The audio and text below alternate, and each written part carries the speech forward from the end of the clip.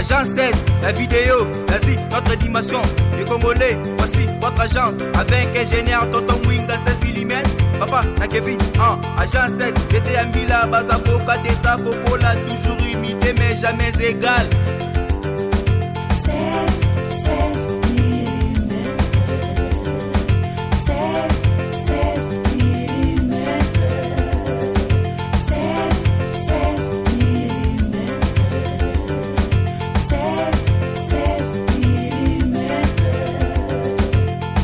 Réalisation, clip vidéo, théâtre et cinéma, publicité, documentaire, magazine, reportage mariage, reportage d'aide et émission. 16 mm. 16 mm.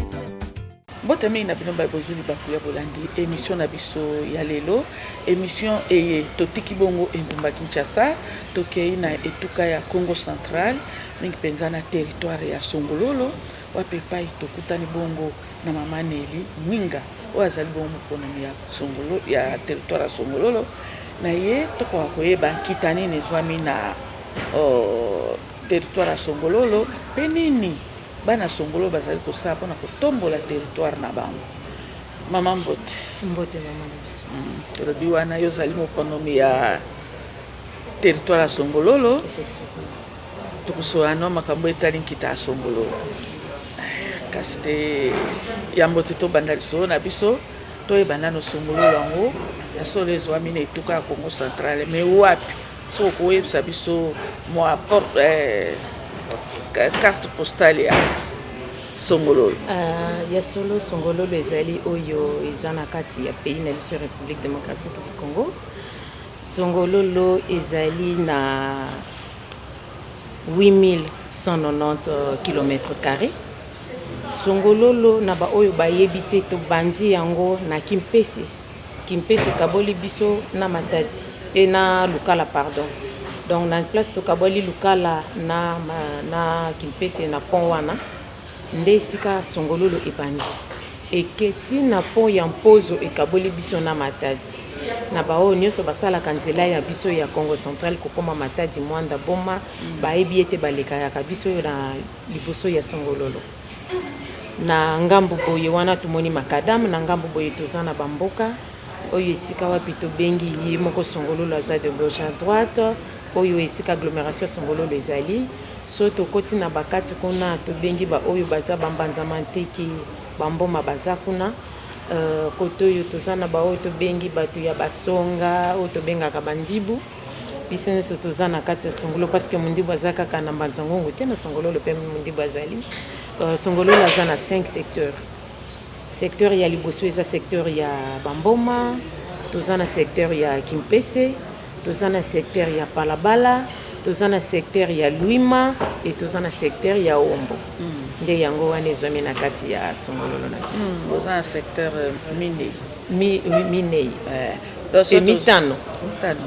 Komi na Kimpese, toleki Kimpese wana tobandi territoire ya toza silisi Lukala.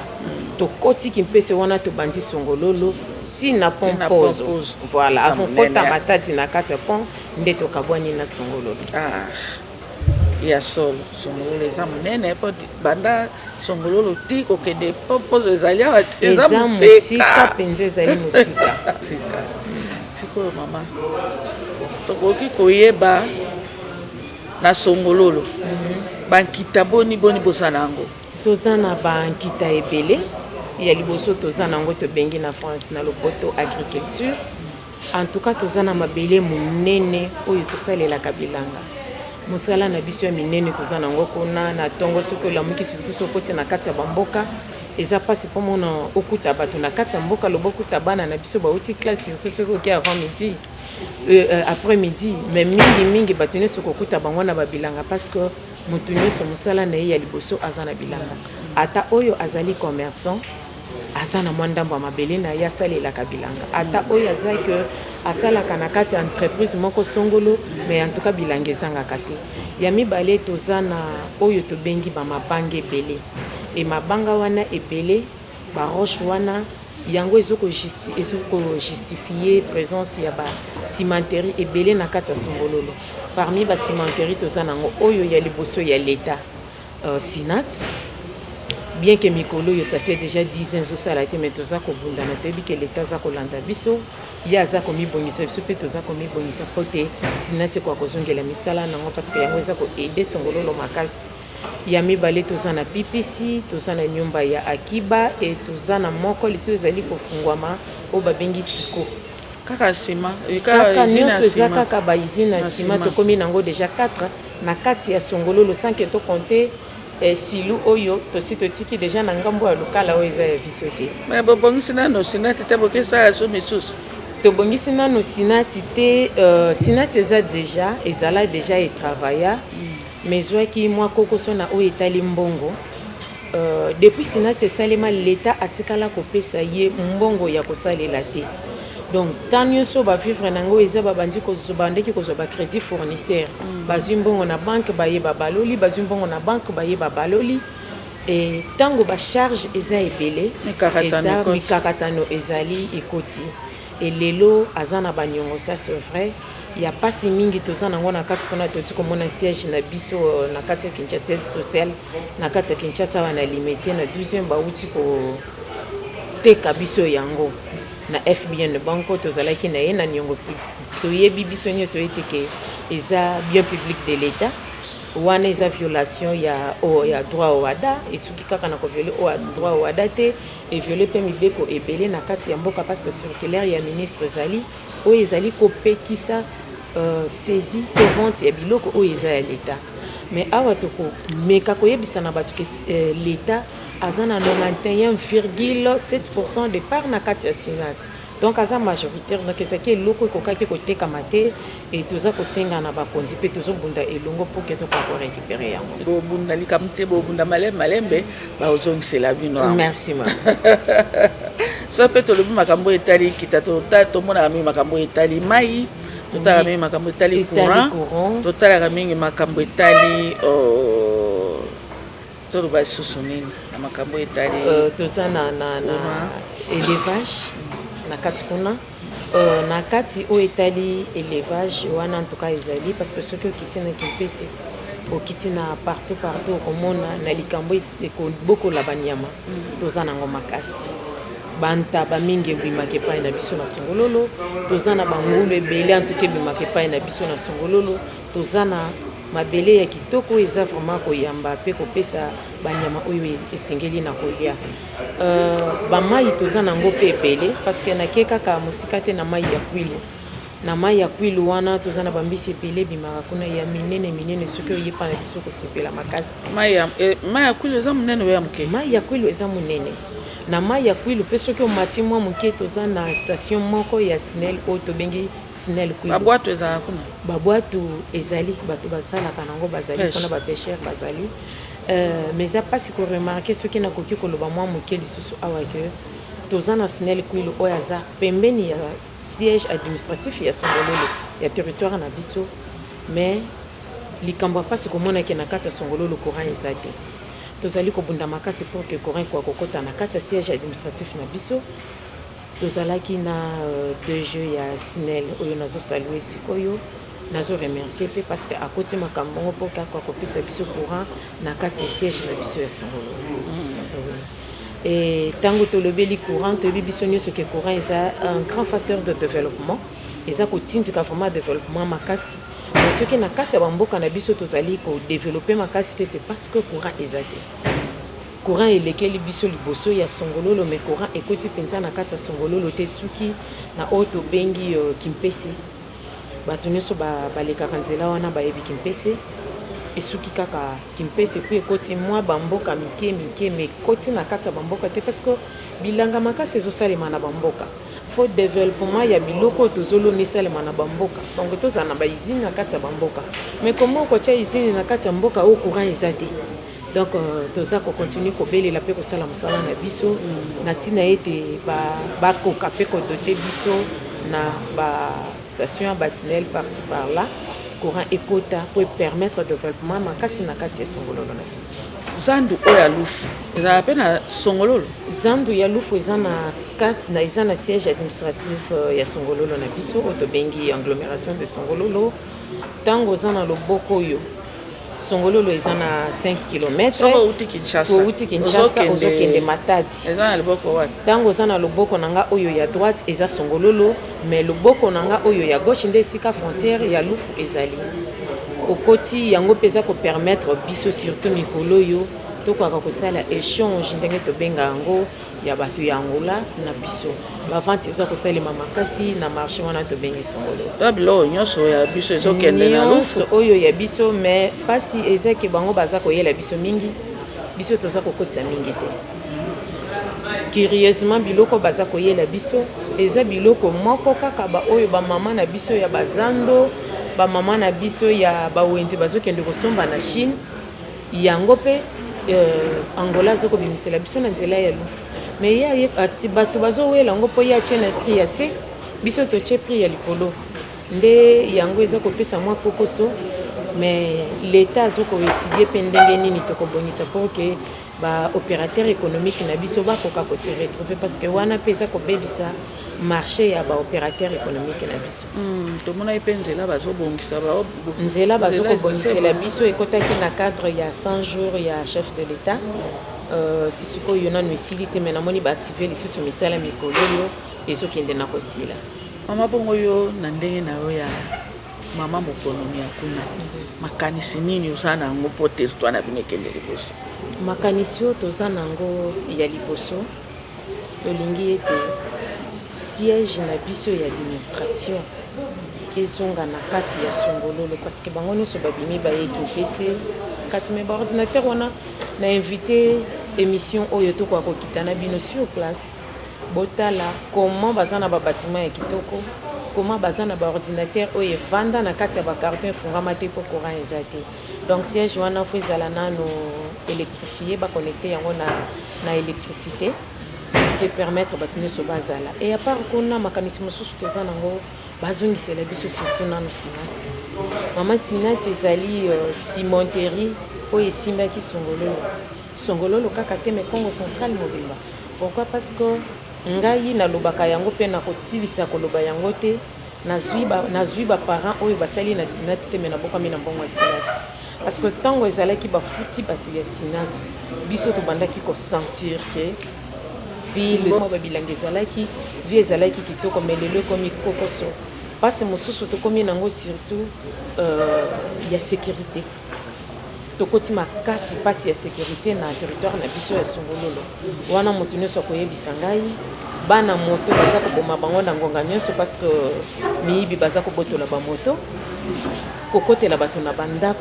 Phénomène wana uti koleka na mois de septembre, si plus de 6 ndako ezalaki visité ntango baye kokotela bino soki bobimi te batumbi bino ndako. Voilà, bato bakufi ebele ti sikoyo toza koloba boye lobi babengaki ngai na kati ya moi bapoignarde motu ezali pasi koyoka masolo ya modèle oyo. Yango tolingi sécurité vraiment ya territoire na biso ezonga lolenge ezalaki eloko mosusu mpe eza kobebisa sécurité na biso ezali marché lofu.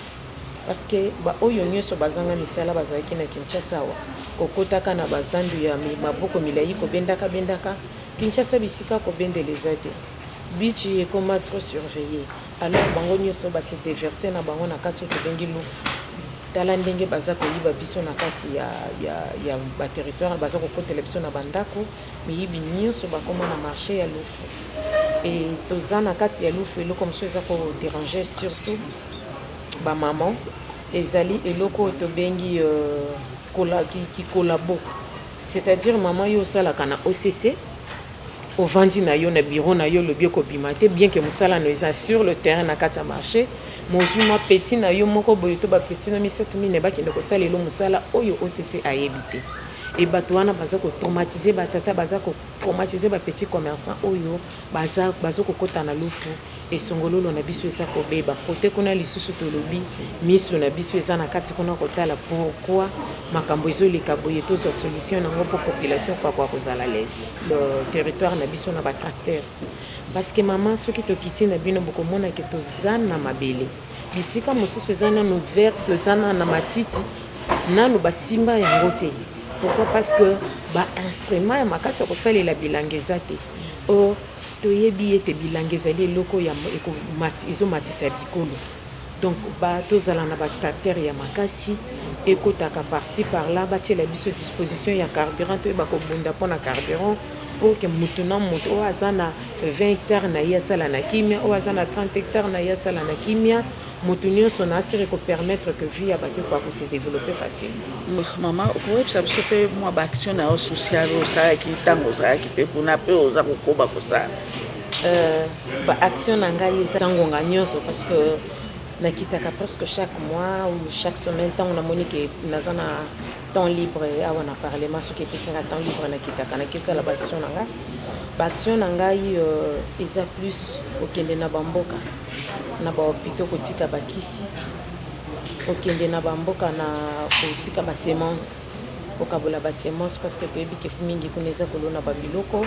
balona babiloko pour ke baprogresse kokita na baekole toyebi ke badifficulté eza ebele na baparent mosusu dernièrement nakutaki bana ebele alors ebele na baekole baza mayele makasi mais bozwi ya baparent ezokopermettre bango bakoka kotanga te awa tokoprofite koloba na merci na chef de l'état mpona gratuité ya enseignement mais toyebi ke bagratuité ya enseignement eza na badifficulté nango parce que toyebi ke toza na début donc na kati kuna tosepeli mingi mais biso tokendaka kofutela bana baminerval na baekole toponaka bano baza mayele makasi mais baparent bazangi mbongo ya kofutela alors torenforcaka un peu baparent na sens wana misala ezali ebele oyo toza kosala kala mingi te toza kofungola bacentre d'apprentissage mpona bajeune fille na bajeune garçon tokokuna tokomona ke bacentre informatique ekozala centre ya coupe couture ekozala centre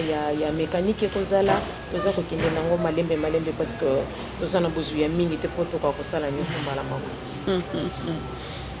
ya solo bongo mama ndenge mpe train Kinshasa Matadi ezongi esepelisi mpe bato songolo oui train esepelisi biso parce que komona train wana epermetaka biso bamama na biso bazaki bakenda na bango bilanga basali bakwanga na bango bakaoteka e déplacement ya bato mpe oyo mosusu akouta mpa na biso na songololo akokita facilement na Matadi oyo aza na kati ya songololo na kimpese akokende mpe na kati ya stage administratif ya songololo oyo mpe aza na kati ya kimpese akokende kuilingongo ça permet ke moto nyonso akomi déplacer facilement mais tokosenga tozotala na ngambo ezali ya mwa bakokoso ya ECTP oyo tobengi onatra parce que bokomata na train boyebi ke tolongwe 12 heures na kimpese tokokoma Kinshasa 14 heures ou 15 heures bokokoma na Kasangulu bezwi déraillement ezopermettre bino kokoma Kinshasa peut-être lobi na ntongo to na 22 heures wana ezali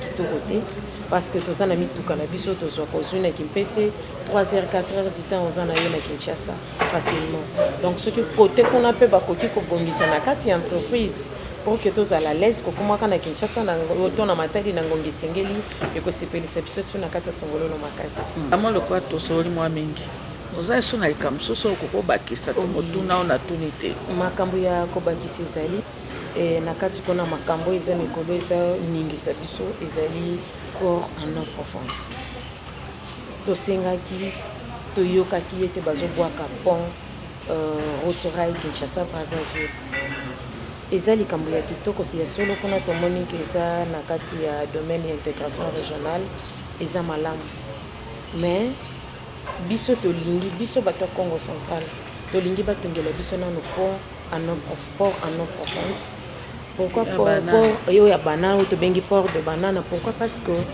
déjà kuna tomoni ke kopesa 1000 emplois plus de 10 000 emplois na bakongolais bino bato ya Congo central te eza mpona yango wana outi ko préciser ebele baza kokanisa keloko wana eza kaka mpona bato ya Congo central ntango balobi port en eau profonde na wana eza mpona Congo central non parce que soki 10 000 emplois ebimi mama oyo bakozala kuna bakotravaille eza kaka bakongolais te mais ntango tozotala sur le plan ya nini mobutu atongela biso chemin de atongela biso pont ya OEBK so totali pont maréchal wana totali makambo mobutu atikala kokoma elingi koloba ebele alobi apesi priorité na eloko wana mais ebele eza lisusu ya kosala pour que nzela wana to Congo ekoka kobonga donc eza nango kaka nzela pour que Congo ekoka kobonga eza porte ibafungoleli biso na kati ya mai ya monene Congo central eza nango kaka to port ya banane eza porte bafungoleli biso liboso ya mokili mobimba tokoki kowela kokanga porte wana te toya kofungola mbango porte oyo eza juste epesi epa bapaya oyo ya ngambo mais oyo kuna eleki misala ebele soki baweli kotonga oyo ekozala pasi mpona biso pourquoi parce que toyebi ke basociété ebele ekokanga tozwi ndakisa ya onatra ex onatra pardon ECTP akowela kokanga pourquoi parce que misala na ye na port ekozala lisusu ndenge ezalaka te déjà mikolo tozotepatepatepa bongo mikolo ekoya soki bomeki kofungola oyo ya nzela ya point noir tomoni OCC ekozala lisusu ndenge ezalaki te parce que eza biso moko te toza kotonga oyo ya Kinshasa Brazza pour que tozwa bénéfice nyonso non wana eza ya bapaya mais soki totongi oyo eza ya biso mpe bakoma na mikakatano or yango tosengi biso nyonso bameka nano kopesa biso nzela ya port en eau profonde parce que un kopesa misala de deux ekobongisa lisusu nzela na biso ya mwanda Kinshasa koleka lisusu ya misato toyebi ete bamama na biso batekaka na bakati ya banzela bakoprofite ema mpona tomoni ke intégration régionale yango ekosuka kaka na ekobandela kaka awa te me bokomona ke tokozala biso moko kokonza tokoyeba comment chemin de fer ekocontinue ti na Lubumbashi ti na balwala bakona ti soki wapi pour que tokoka kobénéficie nango makasi je suis sûr que nakoluka to développer yango makasi mikoloko ya sujet oyo parce que eza sujet monene tokanisi bandeko balandi tokombongo na suka ya lisolo na mama Neli Mwinga oyo azali bongo ya territoire ya Songololo bolandi maso ndenge auti koyebisa epai wapi Songololo ezwami mpe nkita boni ndenge na ndenge izwa mbongo na etuka na territoire na bango ya Songololo mais bozali komona te bandeko na biso ya Congo central eloko ya liboso bango bazali kolela makambo etali port en eau profonde to mpe libongo ya banana ekoka nano kotongama yambo ya libongo yambo ya gbagba ya Kinshasa Brazzaville posa na bango yango wana tokanisi bolandi ndenge mama uti koyebisa yango ekozala na litomba monene mpona etuka ya Congo central po soki yango etongami Congo central mpe kokende liboso bandeko ebele bakozwa misala tokanisi bandeko balandi mpona lelo tosuki awa tondi ndeko na biso Jean Paul Ibandolula oyo asungi biso na bilili patusi mai oyo abongi sport bilili bikoka kokomela bino nkombo ya banso basungaki tombeli bino nzanga elamu botika ya sekolanda RTNC ezali bongo église au milieu du village mpe topesi bandeko na biso nyonso ya Songololo mbote mpe misala mila Agence 16, la vidéo, vas-y, notre dimension. Les Congolais, voici votre agence. Avec ingénieur Tonton Mwinga 16 mm. Papa, na Kevin, Agence 16, j'étais à Mila, Bazako, Kadesa, Kokola, toujours imité, mais jamais égal. 16 mm. 16 mm. 16 mm.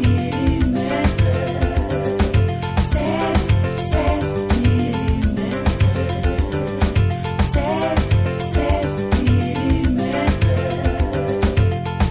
Réalisation, clip vidéo, théâtre et cinéma, publicité, documentaire, magazine, reportage mariage, reportage deuil